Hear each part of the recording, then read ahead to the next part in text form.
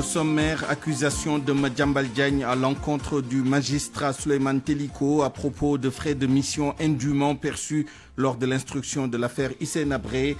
Le président de l'UMS annonce une plainte, mais le journaliste Madiambal Diagne persiste et signe. Nous avons mené l'enquête dans ce journal. Le processus de paix en Casamance, les ailes politiques du MFDC à l'unisson en vue de futures négociations. Réaction du président du groupe de réflexion pour la paix en Casamance, Robert Sagna, dans ce journal. L'adieu aux armées du chef d'état-major général, l'hommage de la République au général d'armée aérienne Biram Diop ce matin, après 40 ans d'une carrière militaire exemplaire. La rentrée des jeunes dans la scène politique en vue des élections de 2024, c'est le dossier politique de ce journal. Et à la fin de cette édition, point de vue, nous reviendrons sur les discussions entre les ailes politiques du MFDC pour voir comment assurer la cohésion donc, de ces ailes politiques en vue de futures négociations avec le gouvernement. À la mise en onde de ce journal, Abdoulaye Diop.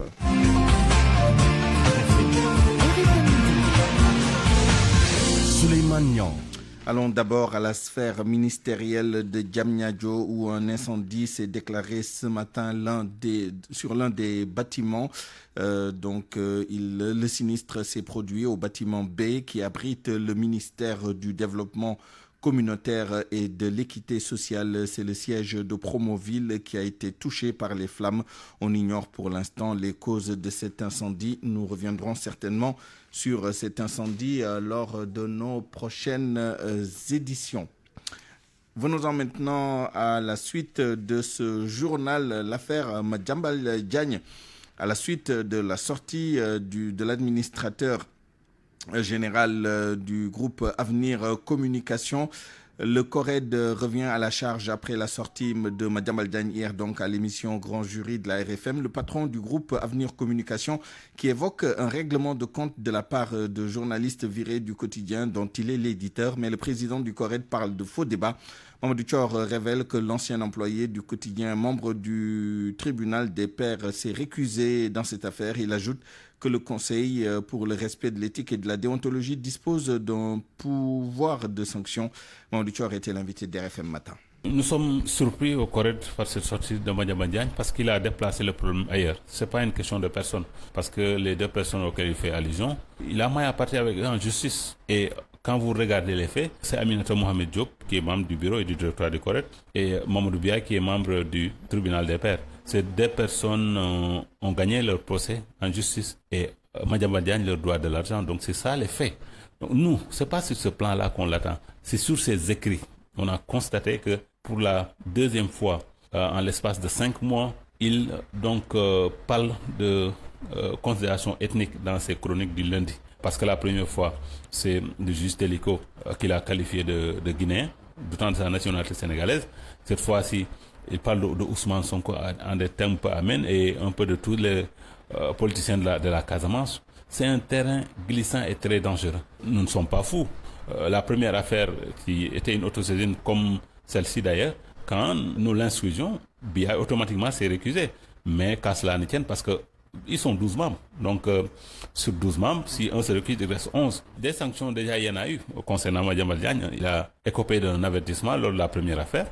Donc, compte tenu de la gravité de cette deuxième affaire le concernant, c'est au tribunal de décider quelle sanction sera prise à son encontre. La levée de bouclier contre le journaliste Madiambal Diagne contre ses propos jugés gravissimes est loin de s'estomper. Après la société civile en Casamance, c'est le leader du bloc des leaders émergents, BLE, qui invite le patron du groupe Avenir Communication à cesser de remettre en cause les fondements essentiels de notre nation. Bassirou Sagna invite le chef de l'État à mettre un terme à ce débat entretenu par des pyromanes et qui peut être dangereux pour la cohésion nationale. Bassirou Sagna est avec Lamine Ba. Les faits sont graves. Aujourd'hui, de quoi il s'agit fondamentalement? Madiambal Diagne n'a rien compris sur la sociologie en Casamance. Je dis c'est quelqu'un qui s'est égaré parce qu'il ne comprend pas les fondamentaux de notre société. Voilà un homme qui, au détour d'une émission, a remis en cause les fondements essentiels. Je veux dire même les deux mamelles ou les béquilles même du fondement de notre nation. Madiambal n'a pas compris. En Casamance, le patronyme ne détermine pas l'appartenance ethnique. Le patronyme ne détermine désigne pas l'appartenance ethnique Madjambal. Madjambal, si vous ne comprenez pas, ne parlez pas en haute voix. Et là, en Casamance, Madjambal, il y a une parfaite synergie, une parfaite harmonie. Il faut vraiment qu'on arrête de nous entraîner dans ce clivage-là. Et à vous, Excellence, Monsieur le Président de la République, je vous lance un appel. Il ne faut pas que des pyromanes vous coupent de la Casamance. Il ne faut pas que des pyromanes vous coupent d'une partie du pays. Il ne faut pas que des pyromanes installent un communautarisme dans ce pays. RFM, l'info, c'est ici. L'info, c'est ici. Évoquons maintenant le bilan des manifestations du début du mois de mars. Le maire de Wandifa, Madina Wandifa, tire les conséquences. Le bureau de l'état civil et les autres bureaux incendiés sont à l'arrêt depuis ce jour-là. L'honorable député et maire Malang Seyni dédouane les élèves, mais dit détenir des preuves, notamment des enregistrements sonores et vidéos des commanditaires des casses et saccages de l'institution municipale. Il pointe du doigt les membres du collectif pour la défense des intérêts de Madina Wandifa. Ces derniers a convoqué donc le conseil et d'autres personnalités de la commune pour se pencher et statuer sur la question. Correspondance Max Clid Kanfani. Les attaques qui ont été matérialisées au niveau de l'institution, nous avons effectivement des vidéos qui ont poussé à nous rassurer que les élèves ne font pas partie. Le maire de Wandifa, l'honorable député Malang Seyni Fati, décharge ainsi les élèves et charge les membres du collectif pour la défense des intérêts de Medina Wandifa d'être à l'origine des casses et dégâts notés lors des manifestations du 5 mars dernier dans la commune. Je dis bien les soi-disant collectifs pour la défense des intérêts de Medina Wandifa qui se sont transformés en collectif pour la destruction des biens de Medina Wandifa. Ça, je le dis, je répète, parce que ce sont les commanditaires de ces problèmes-là. Nous avons toutes les preuves. Des actes regrettables et lourds de conséquences qui nécessitent une sensibilisation des populations sur ce qui les attend les années à venir. Malang Seyni Fati, maire de Medina Wandifa. Aujourd'hui, il faut sensibiliser les populations, à savoir la mairie est incendiée, l'état civil est carrément incendié. Ça veut dire au niveau de l'état civil de Medina Wandifa, zéro service. Pendant combien d'années on va attendre? Il faut d'abord attendre à ce que, comme le ministre des collectivités territoriale a promis la reconstruction des états civils qui sont victimes de ces genres de situations, de ces genres de dégâts, pour qu'aujourd'hui, maintenant Wandifa puisse commencer son service normal au niveau de l'état civil. C'est regrettable parce que c'est un service qui est proche de la population, c'est un service qui est le poumon de l'institution municipale. Ainsi donc, depuis ces manifestations, le bureau de l'état civil de la commune de Medina Wandifa et les autres bureaux incendiés sont à l'arrêt jusqu'à nouvel ordre. Max Euclid Kanfani à Sédhiou pour la RFM. Le collectif pour la défense des intérêts de Madina Wandifa, par la voix de son coordonnateur dément, et balaye d'un revers de la main ces accusations du maire qu'il juge graves. Le collectif prévoit de porter plainte pour diffamation et défie quiconque sur ces attaques de l'institution et autres biens de destruction de biens de la commune.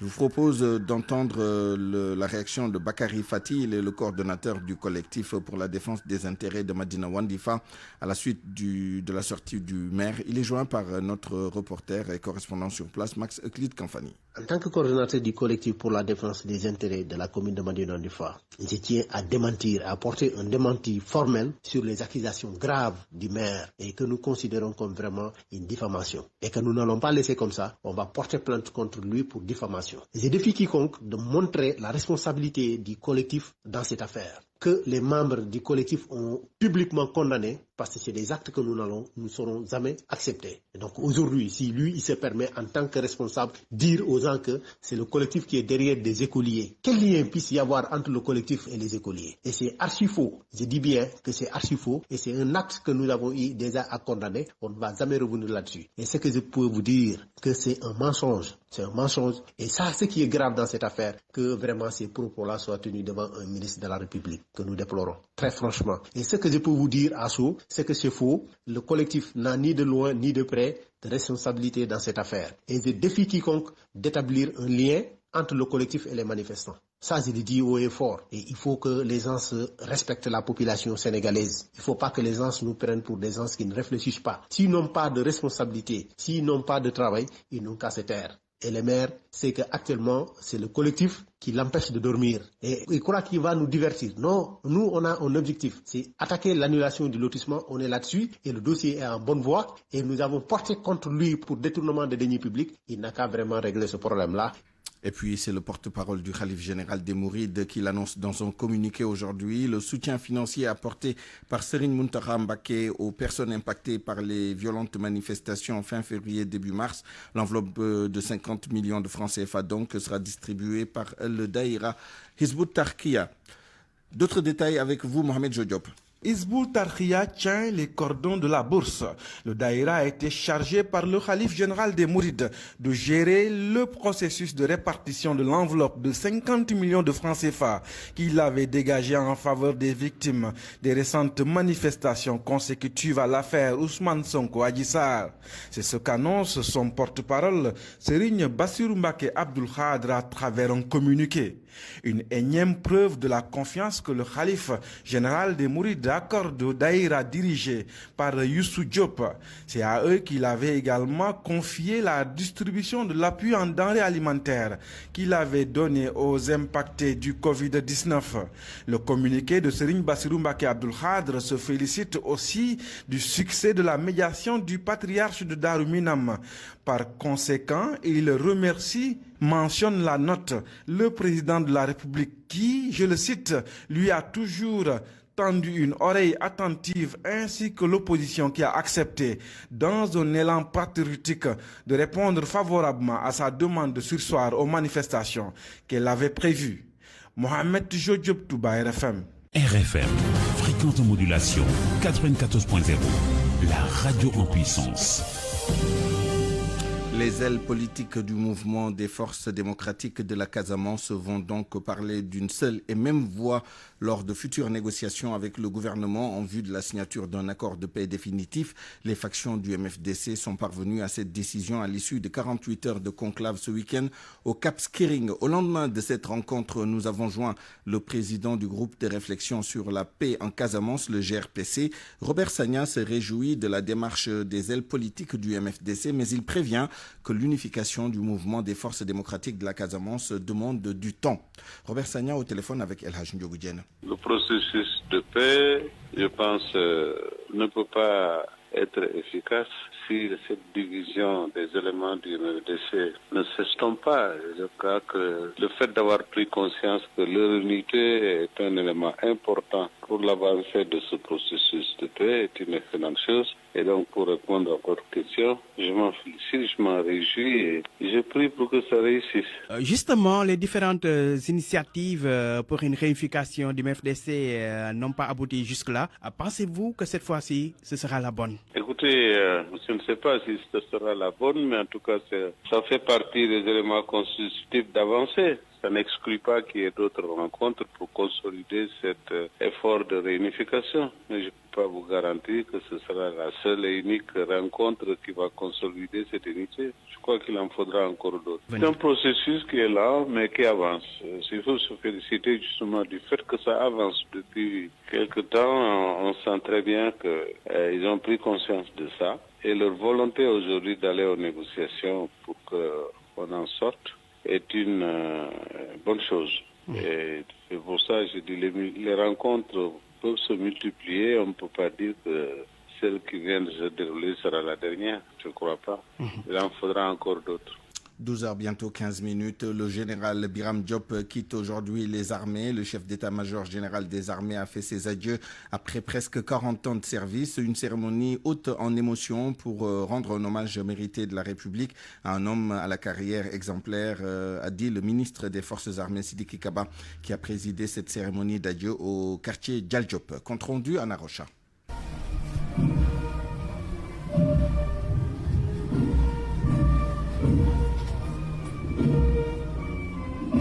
L'instant était solennel. Sous un vent capricieux, le général Biram Diop, accompagné du ministre des Forces armées, se dirige vers la salle du souvenir.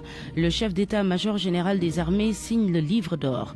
Les mots inscrits seront lus à l'assistance quelques minutes plus tard. En maintenant devant le souvenir de nos camarades arrachés à notre affection, je réitère ma gratitude à son Excellence, Monsieur Macky Sall, président de la République et chef suprême des armées, pour m'avoir fait l'insigne honneur de commander des femmes et des hommes de qualité, investis avec abnégation et dévouement dans l'exécution de la mission de défense de notre patrie. Après 39 ans de service, le général d'armée aérienne quitte donc les armées pour rejoindre la 2e section des officiers généraux. Au prétoire, le ministre des Forces armées s'est fait son avocat, Sidiki Kaba. Nous constatons avec fierté que vous avez honoré la patrie de la plus belle manière, par un style de commandement participatif et persuasif qui a placé la vertu et le devoir au cœur de toutes nos actions. Mon général, mesdames et messieurs honorables invités, l'empreinte laissée par le général d'armée aérienne Biram Diop en un laps de temps relativement court est impressionnante. Après un tour d'adieu, le désormais ex-Semga rejoint sa voiture sous les cris des jeunes officiers, peinés de le voir partir. Son successeur prendra fonction sur cette même allée dans la semaine. Dans l'actualité sociale d'Diourbel, le prix de l'huile a connu ces derniers jours une hausse sur le marché local. Les ménagères et les transformateurs des produits locaux déboussolés appellent l'État à une baisse des produits de première nécessité en cette veille de Ramadan. Babacar Diouf. En moins d'un mois, le prix de l'huile a fortement flambé sur le marché local. 2 hausses successives, c'est ce qu'ont constaté les ménagères dans la région de Diourbel. La hausse du prix de l'huile est survenue trop vite. En une semaine, le prix de la bouteille de 20 litres est passé de 17 000 à 20 000 francs CFA. C'est une situation qui ne s'explique pas. Aujourd'hui, tout le monde est stressé, surtout les pères de famille, à cause de la vie chère. Le prix de l'huile est exorbitant. Nous sommes passés de 13 000 francs à 17 000 francs CFA, comme ça, sur un coup de tête. On l'achète à plus de 20 000 francs. Vraiment de grâce, pitié. Cette hausse n'affecte pas seulement les ménages. Toutes celles qui utilisent l'huile pour la transformation de produits locaux sont aujourd'hui impactées. Nous qui avons été formés à la transformation des produits locaux, on est très fatigués à cause justement de cette hausse du prix de l'huile, parce que nous travaillons avec ce produit et cette hausse ne nous arrange pas du tout. On risque de retourner au chômage, c'est inévitable même.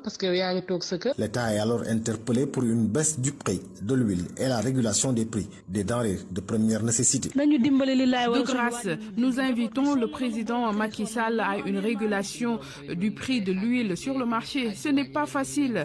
Nos époux sont très fatigués. Une partie ne travaille plus et l'autre n'arrive plus à s'en sortir avec les maigres salaires. Le service régional du commerce saisi sur la question nous a signifié que seule l'huile en fût est contrôlée. Toutes les autres huiles sont en vente libre sur le marché. Diourbel, RFM, Babacar Diouf. RFM. L'actualité politique. Ils sont de plus en plus nombreux, les jeunes responsables politiques, à créer leur propre parti. Une alternance générationnelle est en train de s'opérer dans le paysage politique, mais selon des analystes, ces jeunes ne vont pas apporter quelque chose de nouveau. Binta Diallo. Les divergences de vues ou d'approches, l'absence de démocratie interne dans les partis politiques font que depuis un certain temps, la tendance est à la création de formations politiques par des jeunes. Alioune Ndiaye, journaliste. Certains discours qui ont cru en certains projets et ces projets à l'arrivée ne se sont pas avérés, qui prennent aujourd'hui la décision de prendre leur destin en main. Il y a aussi le problème de la démocratie qui se pose dans nos partis politiques où les jeunes en général font face à un dirigeant qui considère le parti comme son patrimoine personnel. Donc en général, on ne peut en aucun cas accéder à la direction du parti tant que le monsieur est vivant. Ce qui pousse aussi certains jeunes à aller créer d'autres formations politiques. Docteur Falilouba, enseignant-chercheur, parle, lui, de renouvellement légitime de la classe politique. Certainement que ça peut apporter du nouveau, mais moi je pense que l'homme politique, il ne change pas d'objectif. Ceux qui sont au pouvoir, leur but c'est de rester au pouvoir. Ceux qui sont dans l'opposition, leur but c'est de prendre le pouvoir. Donc pour les moyens en général, ils ne se posent pas trop de questions. Ça dépend de ce que le peuple leur offre. Si le peuple leur donne la possibilité de continuer les pratiques anciennes, ils vont continuer. Si le peuple dit stop, ils vont arrêter. Qu'est-ce que cette alternance générationnelle peut apporter de nouveau par rapport à ce qui existait déjà? Il faut comprendre par cela le fait qu'aujourd'hui, les jeunes électeurs ne peuvent pas se reconnaître, mais chez la vieille garde. Ce qui les inspire et qui les motive, c'est ces politiques de leur génération et de leur époque. Alors, désormais, la scène politique sénégalaise ne va pas et ne peut plus se conjuguer au passé. Elle va se conjuguer au présent et elle va se conjuguer au futur. C'est une réalité qui est incontestable. Depuis l'avènement de Macky Sall, premier président du Sénégal né après les indépendances, les jeunes sont devenus pratiquement promptes à mettre fin à la patrimonialisation des partis politiques. Et nous revenons sur l'affaire Madiambal Diagne, juge Téliko. Vous le savez, le journaliste et patron d'Avenir Communication accuse le président de l'UMS d'avoir perçu indûment des frais de mission dans l'affaire Hissène Habré. RFM a cherché à en savoir davantage. Nos sources estiment que c'est un faux procès que le journaliste fait au juge.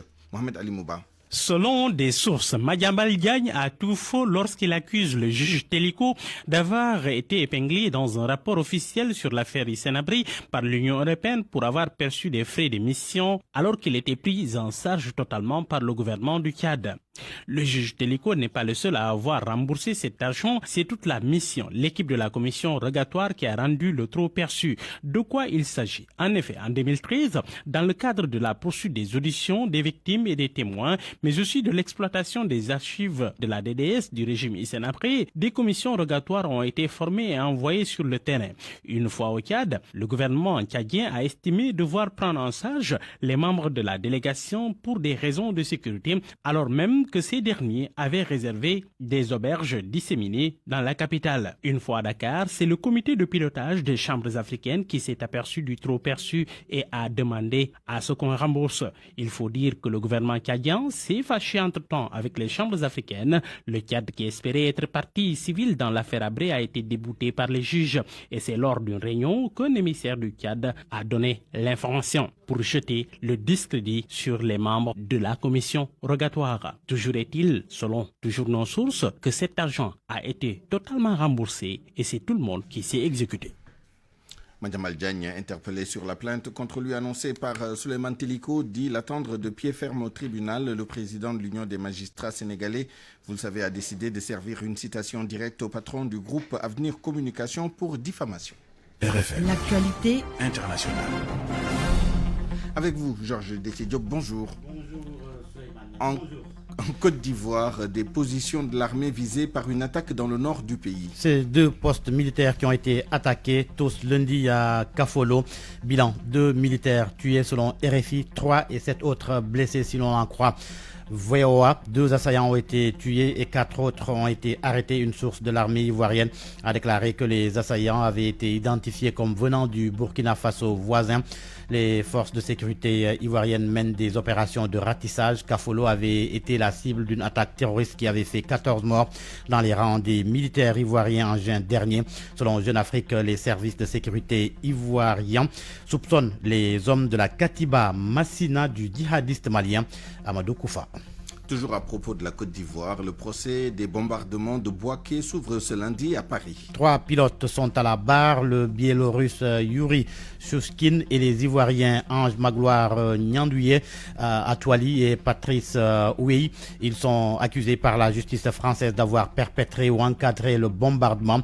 C'était en 2014 plutôt.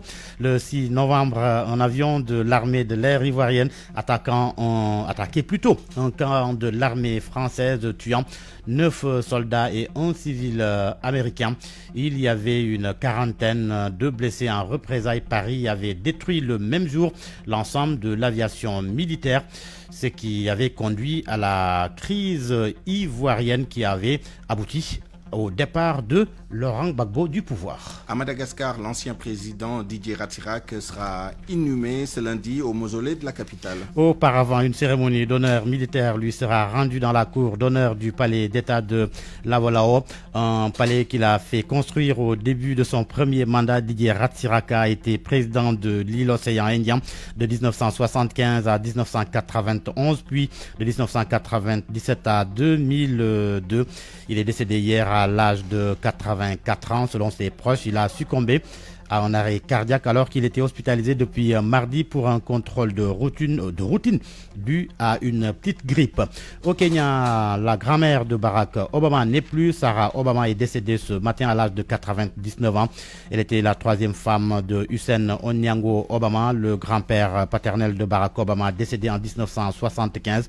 Ces dernières années, Barack Obama l'avait rencontré en 2015 lors d'une visite présidentielle au Kenya et 2018 après la fin de son mandat.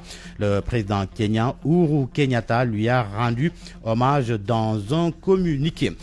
Au Soudan du Sud, les autorités de transition ont signé hier une déclaration de principe avec le mouvement populaire de libération du Soudan Nord, l'un des derniers groupes du pays, groupe rebelle du pays. Le texte va servir de base à des prochaines négociations de paix. En Égypte, le bilan de l'effondrement d'un immeuble dans un quartier populaire du Caire s'est alourdi alors qu'un précédent décompte faisait état de 5 morts. Les autorités égyptiennes ont extrait 25 corps sans vie des décombres. Samedi, un immeuble de 9 étages s'est effondré à Guer Suez, dans l'est de la capitale égyptienne. Et pour terminer le Covid-19, l'étude conjointe des experts de l'OMS et des Chinois a conclu que la transmission à l'homme par un animal intermédiaire était une hypothèse probable à très probable, tandis qu'un incident de laboratoire reste extrêmement improbable. Selon l'agence France Presse, ce rapport confirme les premières conclusions des experts qu'ils avaient présentées le 9 février à Wuhan, où est apparu le virus du Covid-19. Merci Georges Déthié Diop, il est 12h27. RFM Sport.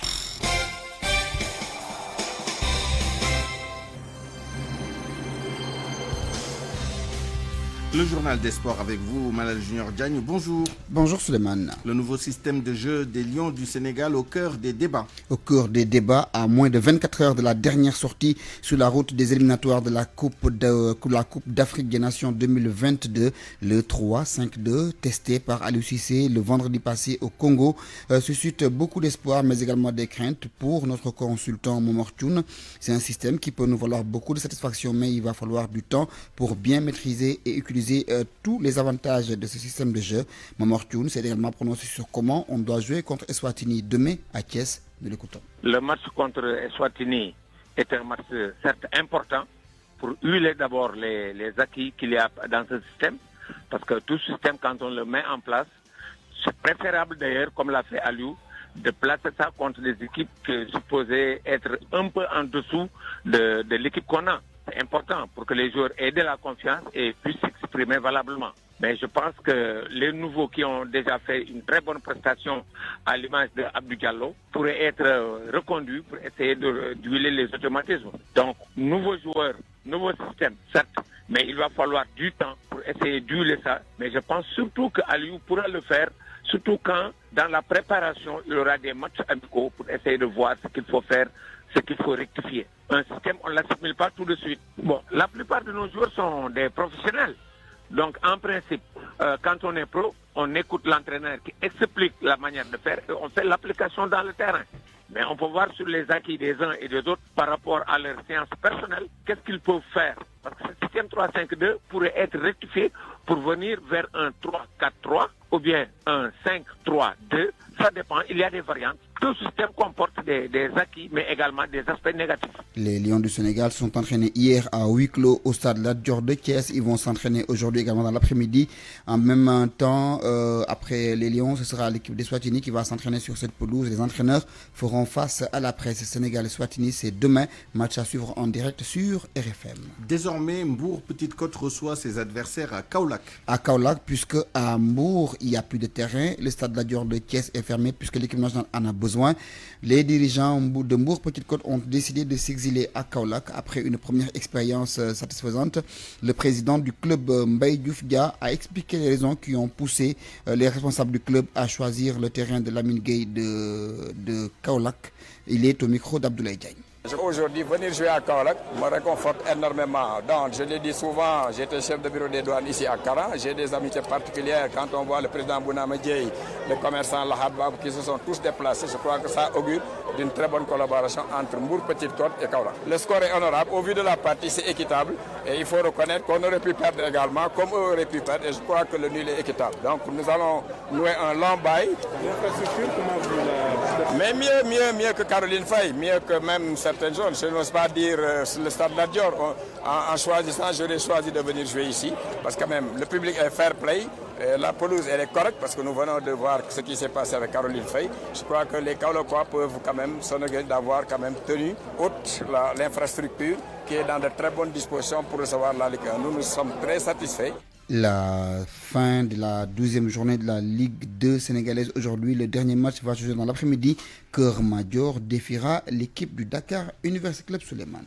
Merci Malal Junior Diagne. Retour à l'actualité générale avec une note de religion. La communauté chrétienne entame le dernier virage du carême de cette année avec la Semaine Sainte qui a commencé hier dimanche des Rameaux, le dimanche de la Passion du Christ.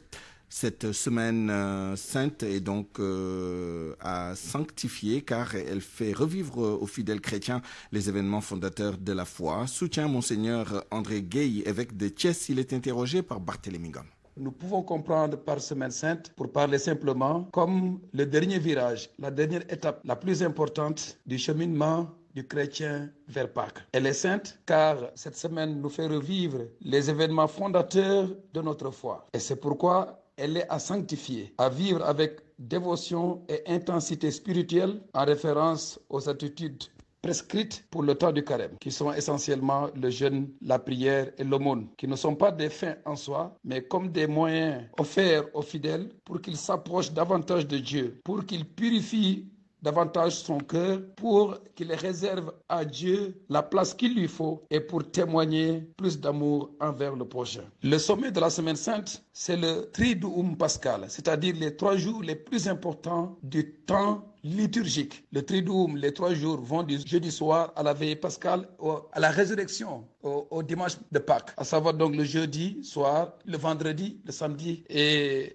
la nuit sainte de Pâques. C'est ces 3 jours qui sont véritablement le sommet de la foi chrétienne. Et c'est pourquoi le jeûne du vendredi saint, il est recommandé de le prolonger jusqu'au samedi saint pour entrer, pour célébrer la veillée pascale avec un cœur purifié. Voilà donc en résumé ce que je pouvais dire en souhaitant à tous les chrétiens de vivre une intense semaine et de recueillir toutes les grâces que le Seigneur réserve à chacun et à chacune d'entre nous. La presse de ce lundi 29 mars 2021, lue et commentée par Georges Déthié Diop. Déthié Fall vole désormais de ses propres ailes. L'ex numéro 2 de Rewmi a mis sur pied son propre parti politique, le Parti républicain pour le progrès d'Isso ak Askan Wi. Le lancement a eu lieu hier dimanche et la presse du jour en rend compte. Les Échos affirment qu'en marge d'une déclaration de presse, l'ancien vice-président de Rewmi a définitivement pris ses distances avec Idrissa Seck. Le député en a profité pour critiquer la politique de Macky Sall et faire des révélations à propos de Idrissa Seck. Le journal Le Quotidien indique que, sans le nommer, l'ex-vice-président de Rewmi a égratigné l'ancien premier ministre qui a rejoint le camp présidentiel. Pour Déthié Fall, rien ne vaut le reniement de ses convictions politiques. Le nouveau chef de parti qui a fait savoir par ailleurs que son salaire de député et son carburant sont offerts à la population et qu'il a refusé le terrain de 250 mètres carrés de l'Assemblée nationale. Autant de choses qui font dire au journal Les Échos que Déthié Fall descend, il dit et lâche des bombes. Pour Tribune, il met du sable dans le Mburu Akso. Après la création de son parti, se pose, si l'on se réfère à l'Observateur, l'équation de son mandat de député. Mon confrère se pose la question de savoir si le député qui a bénéficié du quota de son ancien parti pourra garder son siège. Déthié Fall fait partie de la crielle de responsables politiques démissionnaires du parti Rewmi. Source A le cite avec Thierno Bokoum, Abdourahmane Diouf et Pape Diouf seulement. Le journal affirme qu'ils sont tous des poids-plumes. Personne d'entre eux n'a remporté la plus petite élection dans son fief. À la une de l'AS, l'UMS recadre le M2D. Le journal note que la dernière déclaration du mouvement pour la défense de la démocratie sur les Les 22 manifestants, toujours en détention à Diourbel, a suscité une vive polémique. Si certains considèrent leur sortie comme une manière de mettre en mal le juge Mbow avec le khalife général des Mourides, l'Union des magistrats sénégalais y voit des menaces inadmissibles envers leurs collègues. L'UMS, dont le président compte poursuivre Madiambal Diagne en justice. En effet, dans le grand jury de RFM, le journaliste Madiambal Diagne a reproché à Souleymane Teliko d'avoir perçu des frais de mission de la part de l'État tchadien dans le cadre du procès de Hissène Habré, ce que le président de l'UMS ne compte pas laisser passer. Source A nous apprend à cet effet que Souleymane Teliko a décidé de lui servir une citation directe dans le courant de cette semaine. Il a même choisi 2 ténors du barreau pour s'acquitter de cette formalité. Toujours dans Source A, ce rebondissement dans l'affaire du chèque de 50 millions de francs CFA offert aux familles des victimes des violentes manifestations nées de l'affaire Ousmane Sonko. Le journal révèle que sur instruction du khalife général des Mourides, le médiateur en chef Serigne Bass Porokhane a remis les fonds à Serigne Bass Abdou Khadre. Selon mon confrère, tout s'est passé lors d'une audience au terme de laquelle Serigne Bass Porokhane est retourné chez lui, a pris le chèque et l'a remis à son cousin et ancien ministre Khadim Diop pour que ce dernier le restitue au porte-parole de Serigne Muntaha. Mais attention, s'exclame Source A, car si l'on ne fait pas attention, ces fonds pourraient être boudés par le Front de résistance nationale et les autres composantes du mouvement pour la défense de la démocratie. La succession de l'imam Yann Thiam en question, selon le quotidien, elle continue de susciter une vive controverse. Et pour cause, souligne le journal, après le communiqué de certains membres de la commission de concertation sur le croissant lunaire qui s'était opposé au choix de l'imam Oumar Diène, la plus haute autorité de la grande mosquée de Dakar, l'imam Alioune Moussa Samb, a clairement affiché hier son choix pour Serigne Ahmed Cissé Ndiéguène pour succéder à Mourchid Yann Thiam. Et il a été conforté par le grand Serigne de Dakar, Abdoulaye Makhtar Diop. Un coup d'œil dans le soleil. Il est question du port en eau profonde de Ndayane.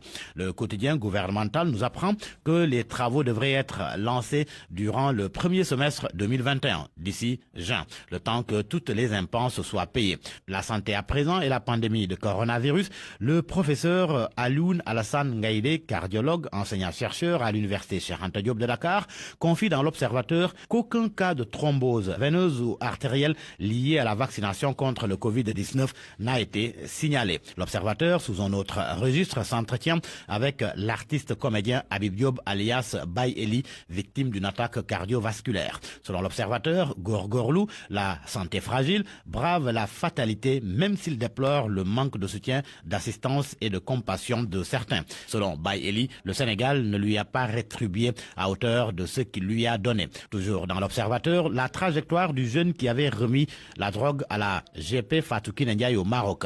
Masse l'histoire secrète d'un dealer. Ses 2 échecs au baccalauréat, son coût de 7 millions de francs CFA à Thiès, sa vie au Maroc et son projet avorté de rallier l'Espagne. Les sports pour terminer à la une de Record, Sénégal et Swatini de demain, l'on va vers un turnover dans le 11. Selon Record, Crépin et Mbaye Diagne sont incertains parce que blessés. En attendant, Stade met en lumière le néo-lion Abdou Diallo. Son baptême du feu avec les Lions a été brillant. Solide dans les duels, à l'aise techniquement, bon relanceur offensif. Stade s'exclame, Abdou Diallo, une touche assez particulière. À vos kiosques et bonne lecture.